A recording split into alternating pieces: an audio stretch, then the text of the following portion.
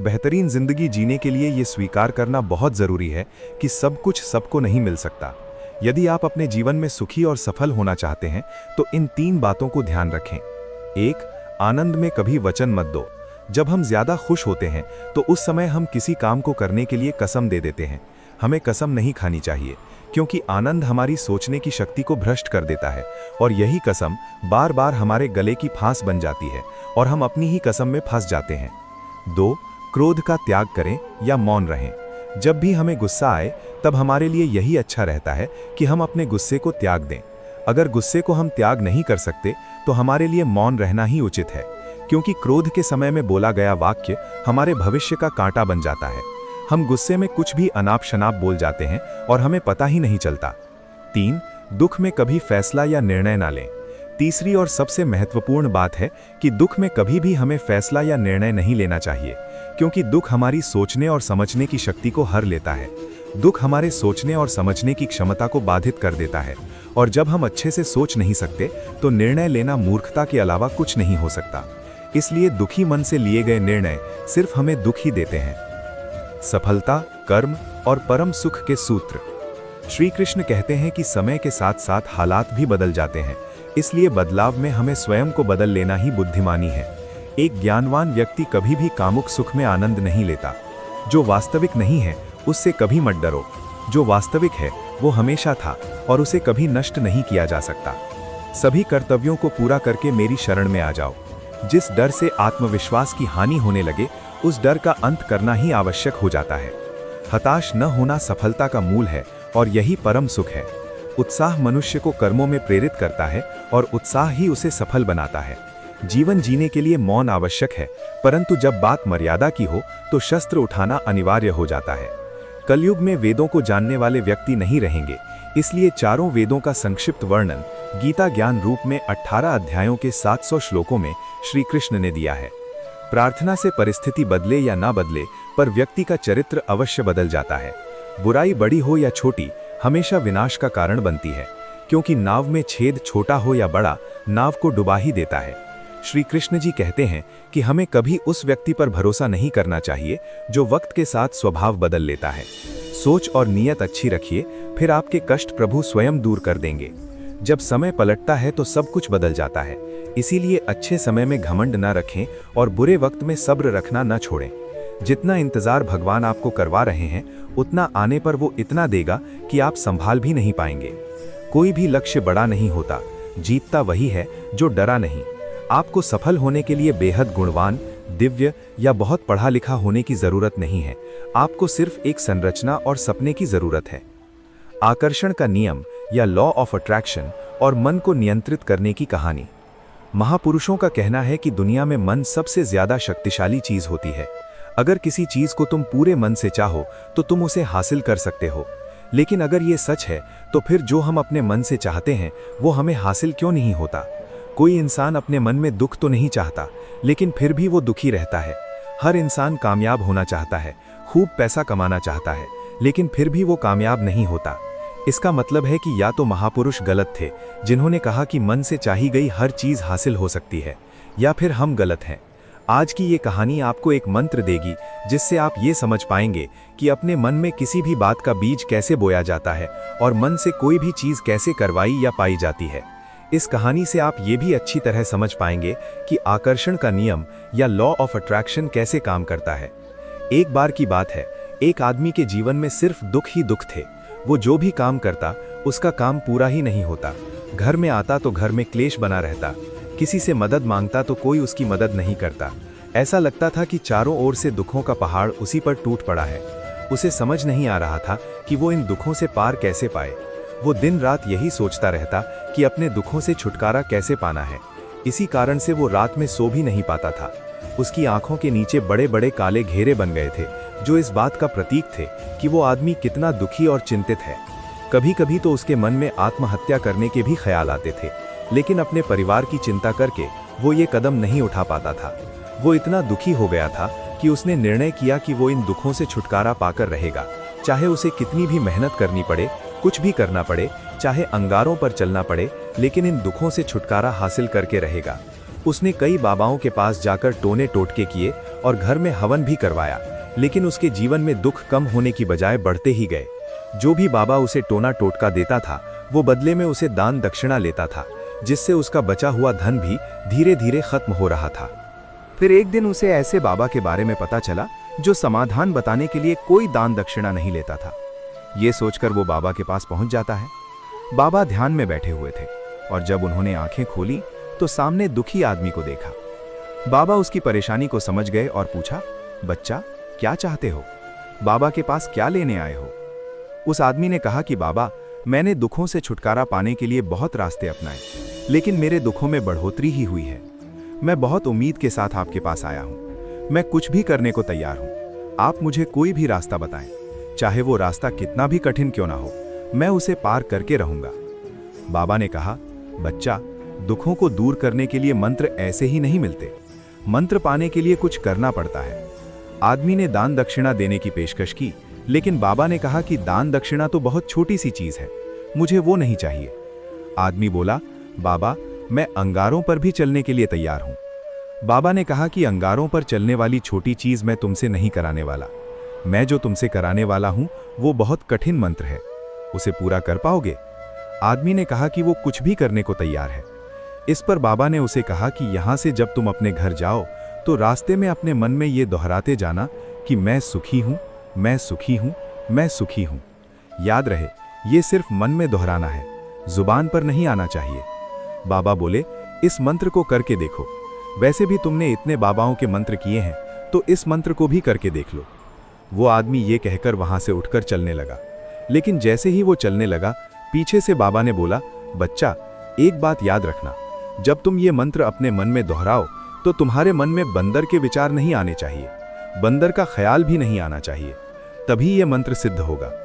वो आदमी बोला, मुझे तो आज तक बंदर का कोई विचार नहीं आया, तो अब क्यों आएगा? आप चिंता मत करिए। वो आदमी मन में मैं सुखी हूं दोहराता हुआ थोड़ी ही दूर चला था कि उसके मन में अचानक बंदर का ख्याल आ गया। उसने उस बंदर के विचार को पकड़ लिया।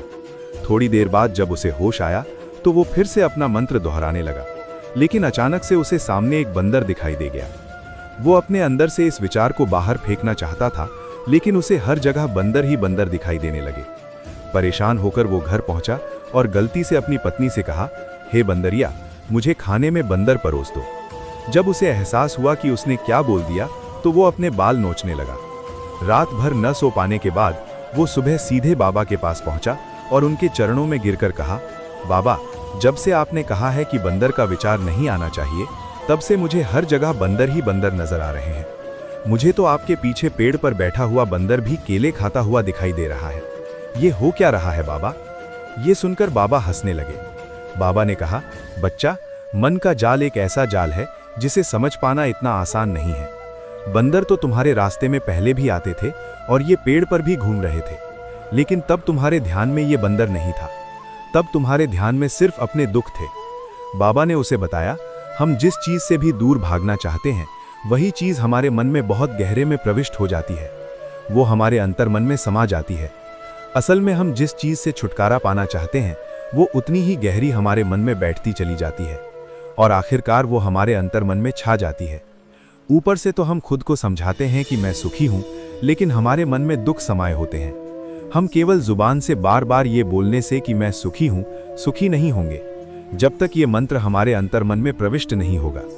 ये सुनकर उस आदमी ने पूछा कि ये मंत्र हमारे अंतर्मन में प्रविष्ट कैसे होगा? बाबा ने कहा, बच्चा, अपने दुखों से लड़ना बंद कर दो।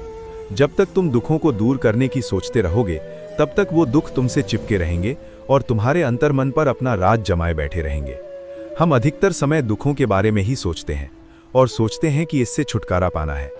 बार बार सोचने से वो दुख हमारे अंतर्मन में प्रविष्ट हो जाते हैं। जिस दिन तुम उन दुखों के बारे में सोचना ही छोड़ दोगे, उसी दिन से तुम्हारी जिंदगी से दुख गायब हो जाएंगे।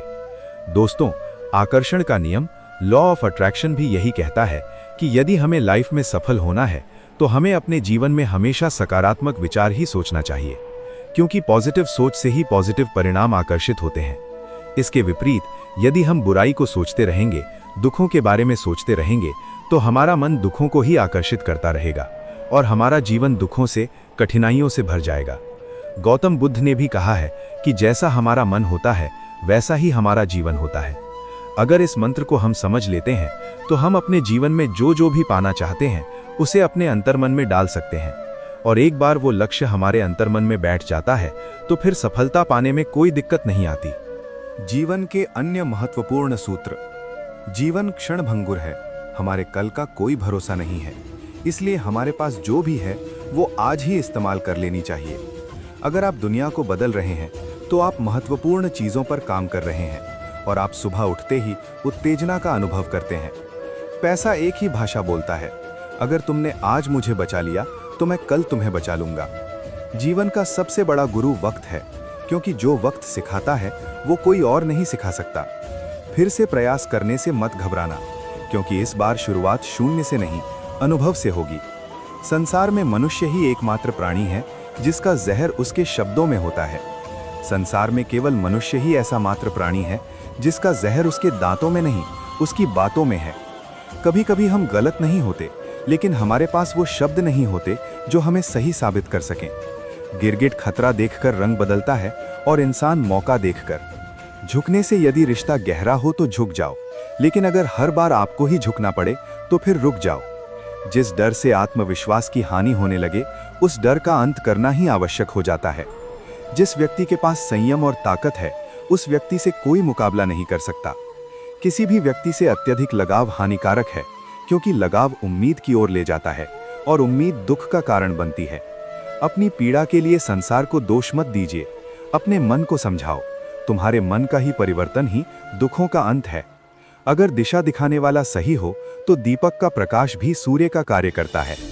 उपवास हमेशा अन्न का ही क्यों, लोभ, लालच, चुगली, काम, क्रोध और गंदे विचार का भी होना चाहिए।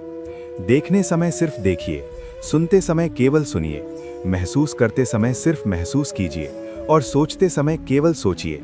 यही वास्तविक कर्म है। सुख और दुख में कोई ज्यादा भेद नहीं है। जिसे मन स्वीकार करे वो सुख, और जिसे अस्वीकार करे वो दुख। सारा खेल हमारी स्वीकृति और अस्वीकृति का ही है। शरीर से कोई सुंदरता नहीं है, सुंदर होते हैं व्यक्ति के कर्म, उनके विधाएं, उनकी वाणी, उनका व्यवहार, उनके संस्कार और उनका चरित्र।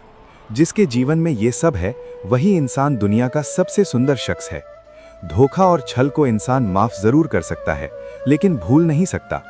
अगर कोई काम करने लायक है तो उसे मन से करो, उसमें आपको सफलता जरूर प्राप्त होगी। कर्तव्य और चिंता का त्याग। राजा और साधु की कहानी। प्राचीन समय की बात है। एक राज्य में एक राजा राज्य करता था। उसका राज्य खुशहाल था, धन धान्य की कोई कमी नहीं थी और राजा व प्रजा खुशी खुशी जीवन यापन कर रहे थे। एक वर्ष उस राज्य में भयंकर अकाल पड़ा। पानी की कमी से फसलें सूख गईं, किसान राजा को लगान नहीं दे पाए, राजस्व में कमी आ गई और राजकोष खाली होने लगा। ये देखकर राजा चिंता में पड़ गया। अकाल का समय निकल गया और स्थिति सामान्य हो गई, किंतु राजा के मन में चिंता घर कर गई। हर समय उसके दिमाग में यही रहता कि राज्य में पुनः अकाल पड़ गया तो क्या होगा। इसके अतिरिक्त भी अन्य चिंताएं उसे घेरने लगी, जैसे पड़ोसी राज्य का भय, मित्रों का षड्यंत्र। कई चिंताओं ने उसकी भूख, प्यास और रातों की नींद छीन ली थी। वो अपनी इस हालत से परेशान था, किंतु जब भी वो राजमहल के माली को देखता तो आश्चर्य में पड़ जाता। दिन भर मेहनत करने के बाद वो रूखी सूखी रोटी ही खाता और पेड़ के नीचे मजे से सोता। कई बार राजा को उससे जलन होने लगती। एक दिन उसके राज दरबार में एक सिद्ध साधु पधारे। राजा ने अपनी समस्याएं साधु को बताईं और उन्हें दूर करने का सुझाव मांगा। साधु राजा की समस्या अच्छी तरह से समझ गए। वो बोले, राजन, तुम्हारी चिंता की जड़ राज्यपाट है। अपना राज्यपाट पुत्र को देकर चिंता मुक्त हो जाओ। राजा ने असमर्थता जताई, क्योंकि पुत्र 5 वर्ष का था। साधु बोले, तो फिर ऐसा करो कि चिंता का भार तुम मुझे सौंप दो। राजा तैयार हो गया और उसने अपना राज्यपाट साधु को सौंप दिया। साधु ने पूछा, अब तुम क्या करोगे? राजा ने कहा कि सोचता हूं कि अब कोई व्यवसाय कर लूं। साधु ने याद दिलाया कि राजकोष पर अब उनका अधिकार है। राजा ने उत्तर दिया, तो मैं कोई नौकरी कर लूंगा। साधु ने कहा कि ये ठीक है, लेकिन यदि तुम्हें नौकरी ही करनी है तो कहीं और जाने की आवश्यकता नहीं, यही नौकरी कर लो। मैं तो साधु हूं, मैं अपनी कुटिया में ही रहूंगा। राजमहल में ही मेरी ओर से तुम ये राज्यपाट संभालना। राजा ने साधु की बात मान ली और साधु की नौकरी करते हुए राज्यपाट संभालने लगे। कुछ दिन बाद साधु पुनः राजमहल आए और राजा से भेंट कर पूछा, कहो राजन, अब तुम्हें भूख लगती है या नहीं, और तुम्हारी नींद का क्या हाल है? राजा ने उत्तर दिया, गुरुवर, अब तो मैं खूब खाता और गहरी नींद सोता हूँ। उसने पूछा कि ये परिवर्तन कैसे हुआ, जबकि वो अभी भी वही काम कर रहा है। साधु मुस्कुराते हुए बोले, राजन, पहले तुमने काम को बोझ बना लिया था और उस बोझ को हर समय अपने मानस पटल पर ढोया करते थे, किंतु राज्यपाठ मुझे सौंपने के उपरांत तुम समस्त कार्य अपने कर्तव्य समझकर करते हो, इसलिए चिंता मुक्त हो।